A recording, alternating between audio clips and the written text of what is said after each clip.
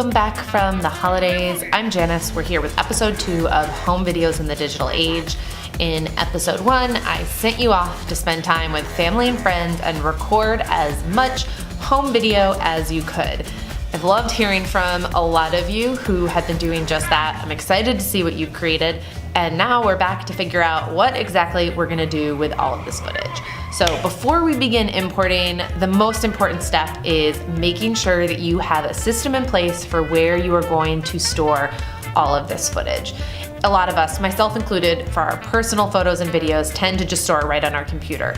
The problem with this, especially when it comes to video footage, is that the size is pretty large and it's going to add up really quickly over time. And you want to make sure that your home videos are not being stored on a device that has a life expectancy of 4 to 5 years. So here at Big Dog Little Bed, we like to store our video footage externally on external hard drives. This is a pretty small 1 terabyte hard drive, and we import directly to these hard drives. In addition to the original hard drive, we also are pretty anal about making sure that we back up. So the second hard drive that we have are these larger ones that are cheaper for 4 terabytes. They sit on our desktop, and we can back up about 4 of these on one of these.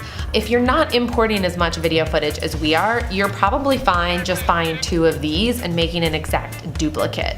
But because technology is known to fail, you want to make sure that your home videos are never just stored in one place, especially when it's digital. I'm going to drop a link to both of these below, so if you're looking to order one, you can go ahead and do that on Amazon and probably have it delivered tomorrow. So step 1 is making sure that you have the right tools in which you're going to import your footage. Step 2, we're gonna go ahead and set up our system on that hard drive. So we're gonna hop over here to my desktop, and I'm gonna show you exactly how I do that with my footage. So we've moved over to the desktop, and this is where we're going to begin setting up our file organization before we ever input any video footage. So on my desktop, you'll see a hard drive titled JS4. This is my 4th volume of personal photos and videos.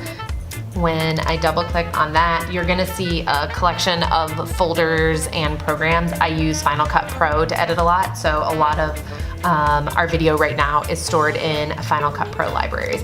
But for the sake of modeling a potential organization system, I'm gonna start a new one here. I do wanna be clear that your organization system does not need to function exactly like ours. The only thing that matters is that you have a setup that makes sense to you.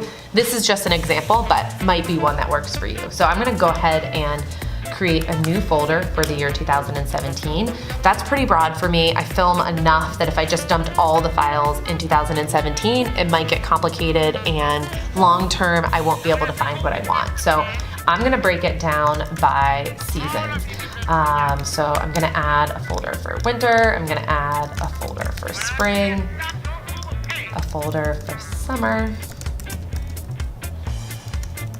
and a folder for fall.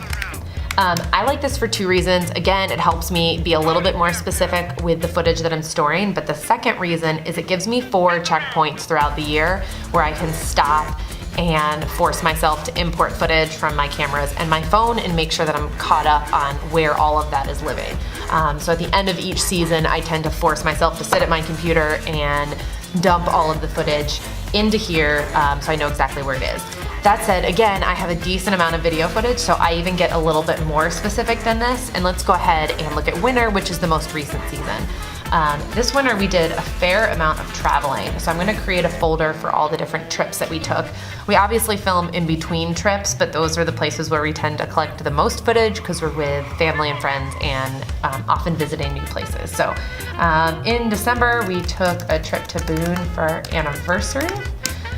So I'll create a folder for Boone anniversary. We then went to Johnston County for our first Christmas. We drove from there to Philadelphia to visit my twin sister and nephews for our second Christmas.